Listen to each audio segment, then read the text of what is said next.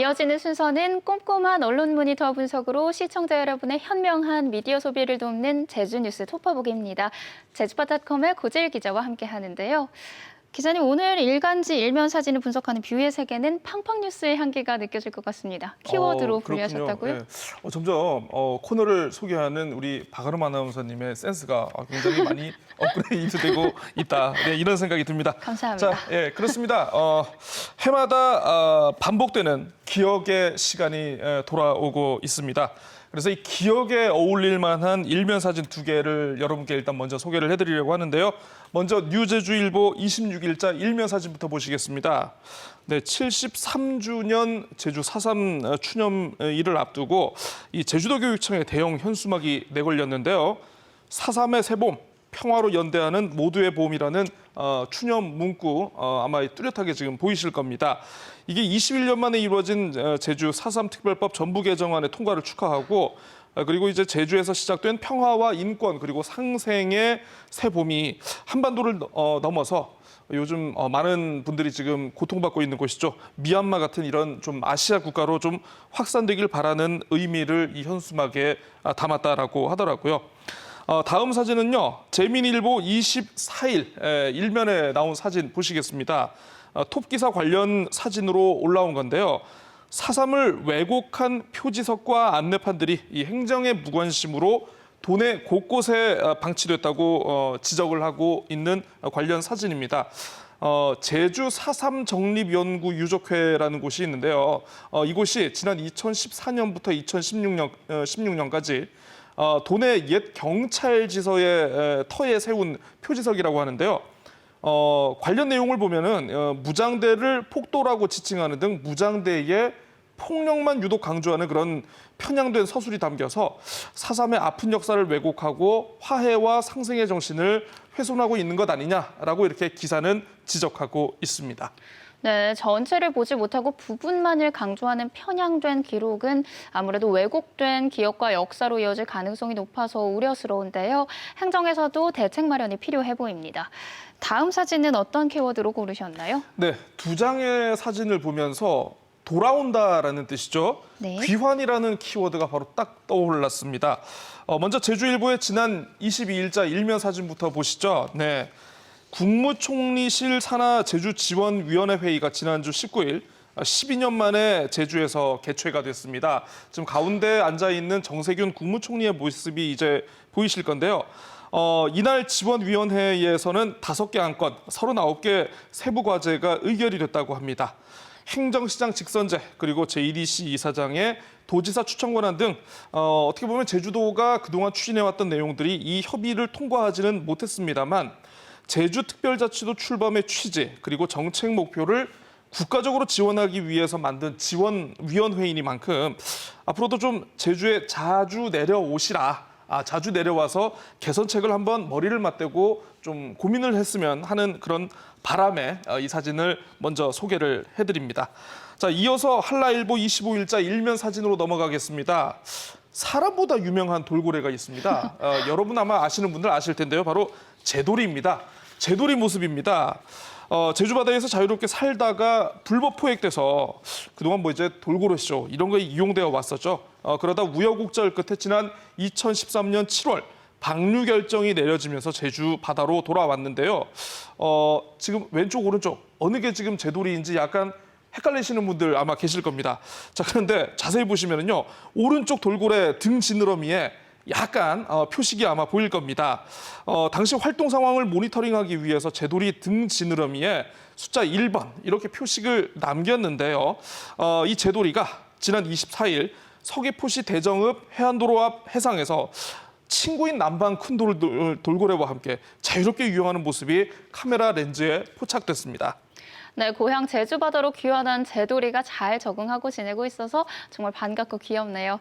세 번째 키워드로 변화를 담은 사진들을 가져오셨다고요? 네, 그렇습니다. 변화. 네, 변화를 위한 우리 모두의 일보 전진. 이게 또 일면 사진에 실렸더라고요. 한라일보 24일자 일면 사진 보면은요, 하루 전인 23일에 서울 종로구 보건소에서 진행된 그 문재인 대통령의 아스트라제네카 백신 접종 사진을 담았습니다. 그러니까 이제 한라일보 사진은 아니고 이게 연합뉴스발 사진인데요. 문 대통령과 부인 김정숙 여사가 이날 오는 6월 열릴 G7 정상회의 참석을 앞두고 백신 접종에 참여를 했습니다. 대통령이 직접 나서서 만 65세 이상을 대상으로 진행된 아스트라제네카 백신 접종에 직접 참여를 해서 많은 얘기들이 있었죠. 제주일보 23일자 일면 사진으로 넘어가겠습니다. 이번 주 목요일 문을 열게 되는 제주 예방접종센터의 모의훈련 사진이 담겼는데요. 아마 아시는 분들 익숙한 것 같은데 이 생각 들지도 모르겠습니다. 그렇습니다. 눈에 익숙한 이 장소 바로 제주시 한라체육관입니다. 1단계 접종이 이제 사실상 마무리 단계에 접어들면서 이제 4월 1일부터는요. 일반 국민을 대상으로 한 화이자 백신 접종이 시작될 예정인데요.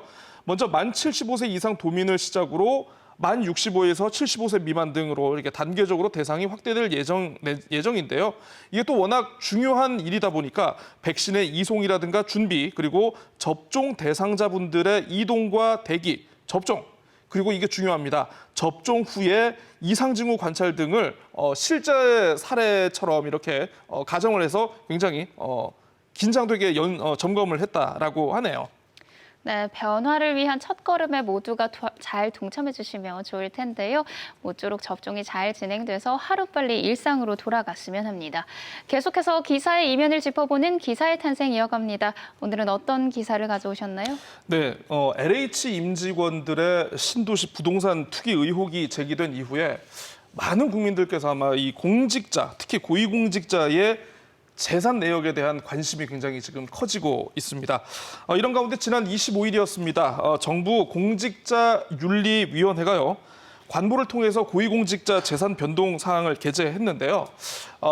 우리 제주도 원희룡 도지사를 비롯해서 지역 국회의원 그리고 도의원 등의 재산이 함께 공개가 됐습니다. 자, 그래서 재산이 얼마래? 궁금하신 분들 아마 많으실 건데요. 자세한 내용은 이게 좀 내용이 기니까 저희 방송에서 오늘 소개는 해드리지 못하고 아마 기사를 찾아보시면 이거 금방 아실 수는 있습니다. 다만 오늘 뉴스토파 보기에서는 이 관련 기사들의 좀 제목을 좀 소개를 해드리고 싶은데요. 원희룡 제주지사 재산 6천만 원 감소, 40억대 재산 신고한 최고 재력가는 누구인가? 송석원 총장 전국 국립대 총장 중 재산 1위처럼 재산 변동 내역을 약간 흥미 위주의 방식으로 끌어가려는 보도 행태가 좀 많이 눈에 띄었던 것 같습니다. 제목만 들어도 클릭하고 싶은 솔깃한 기사가 아닐까 싶은데요. 흥미 위주의 방식으로 끌어가려는 보도 행태가 눈에 띄었다고 지적을 하셨는데 보다 구체적으로 설명해 주시죠. 네, 그렇습니다. 누가 얼마를 신고했다더라. 최고 자산가가 누구더라. 그리고 누구는 마이너스더라 같은 기사보다는 사실 지금 이제 재산 공개를 앞두고 가장 논란이 됐던 거 불필요한 농지를 갖고 있는 고위공직자 또 불투명한 과정으로 농지를 취득한 그런 고위공직자에 대한 관심이 굉장히 높아지고 있지 않습니까? 그래서 얼마를 보유했더라 이런 것처럼 차라리 제주에 농지를 보유하고 있는 외지 정치인이 누가 있더라. 이 사람들이 어떻게 보유하게 됐다처럼 차라리 재산 구성이나 재산 형성 과정을 점검하는 한 발 더 나간 보도가 제시됐더라면 아마 도민들의 알 권리가 좀 약간 시원하게 해소됐지 않을까 싶어서 좀 약간 아쉬웠는데요. 사실 공직자 재산 공개 제도, 공직자가 얼마를 가지고 있다라는 걸 보여주는 것보다 이 재산의 어떤 축제 과정을 보여주면서 고위공직자들의 부정 축제를 감시하자는 그런 취지에서 도입된 제도 아니겠습니까? 네. 사실 그러면 지역 언론의 이런 흥미 위주의 재산 변동 보도보다는 차라리 좀 시간과 노력이 많이 필요하다는 점에서 좀 동의할 수밖에 없습니다만은 좀 더 시간과 품을 들인 재산 형성 과정을 소개하는 그런 보도가 나왔더라면 좀 더 좋지 않았을까. 자칫 도민들의 상대적 박탈감과 공직자 재산에 대한 불신만 증폭시킬 수 있다는 이런 흥미 위주의 보도는 좀 지양했으면 하는 차원에서 오늘 소개를 해드렸습니다. 네, 국민의 알 권리를 충족시키고 권력을 감시하는 게 언론 본연의 임무인데 재산 형성 과정의 이면을 밝히는 시원한 심층 보도가 없었다는 점이 좀 아쉽습니다. 이번에는 나쁜 보도의 전형을 보여주는 기사를 분석해 주신다고요? 네, 사실 기사가 좋다 나쁘다라는 표현을 하기에 사실 조심스러운 측면이 분명히 있습니다만 네.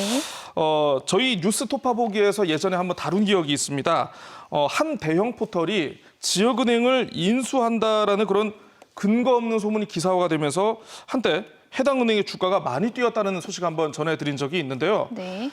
사실 지금 국민들의 관심이 지금 부동산이라든가 주식시장에 굉장히 많이 쏟아지고 있는데 이런 국민적 관심을 이용해서 언론이 기사로 시장 교란에 나서려는 굉장히 전형적인 나쁜 보도가 눈에 띄어서 소개해드립니다.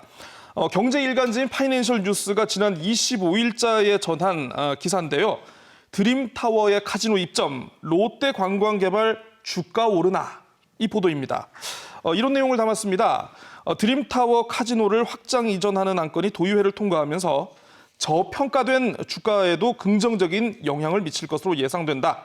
카지노 이전이 사실상 확정되면서 롯데관광개발 주가에도 긍정적인 영향을 미칠 것으로 예상된다. 증권업계에서는 백신 접종 효과와 중국의 한한령 완화에 대한 동반 수혜가 가능할 것으로 예상하고 있다. 이렇게 기사를 서술하고 있습니다. 언뜻 보면은요, 이 롯데관광개발의 향후 주가를 단순히 전망하는 기사처럼 지금 포장이 됐습니다만 주가가 저평가됐다는 주관적 내용이 기본적인 전제로 깔린 데다가 지금 경찰 수사 같은 지금 드림타워 개장을 둘러싼 여러 가지 부정적이고 네거티브한 논란은 마치 의도적으로 기사에서 배제한 것처럼 지금 담기지가 않았습니다. 심지어는요, 같은 내용의 기사를 제목과 본문 내용만 약간 수정해서 1시간 후에 다시 송구하는 어뷰징 행태까지 보여서 제가 나쁜 기사의 전형이라고 여러분께 소개해드렸습니다. 그러면 이 롯데관광개발의 주가는 기사 예상대로 올랐나요? 올랐을까요? 네, 기사가 틀렸습니다. 네, 뭐 주식시장을 긴 호흡으로 바라봐야 한다는 그런 입장에서 보면은 아직은 이 기사가 맞는지 틀린지는 알 수는 없는데요. 단타 시장만 보자면 이 기사의 전망 틀렸습니다. 26일 롯데관광개발의 종가 18,900원으로요. 전날보다 1,000원이 내려갔습니다. 다행스럽게도 아직은 이런 낚시성 기사, 나쁜 기사에 많은 주식 투자자들이 좌지우지해서 투자를 결정하는 사례가 아직은 그나마 없다. 이렇게 느낄 수가 있는 것 같습니다. 네, 언론이 쏟아내는 나쁜 보도를 분별할 수 있는 눈을 갖고 있어야겠다는 생각이 듭니다. 이번에는 기자님이 주목한 뉴스를 소개해 주신다고요? 네, 그렇습니다. 이제 4.3이다 보니까 관련 보도가 좀 많이 준비되고 있는데요. JIBS와 KBS 제주가 기획 코너를 통해서 4.3 당시 신체적 피해를 당한 후유 장애인들을 소개했고요. 그리고 억울한 재산을 뺏긴 억울한 유족의 사례를 소개하면서 개선 필요성을 제기했습니다. 네, 오늘 제주뉴스 토파보기는 여기서 마무리 짓겠습니다. 고지혜 기자 고생하셨습니다.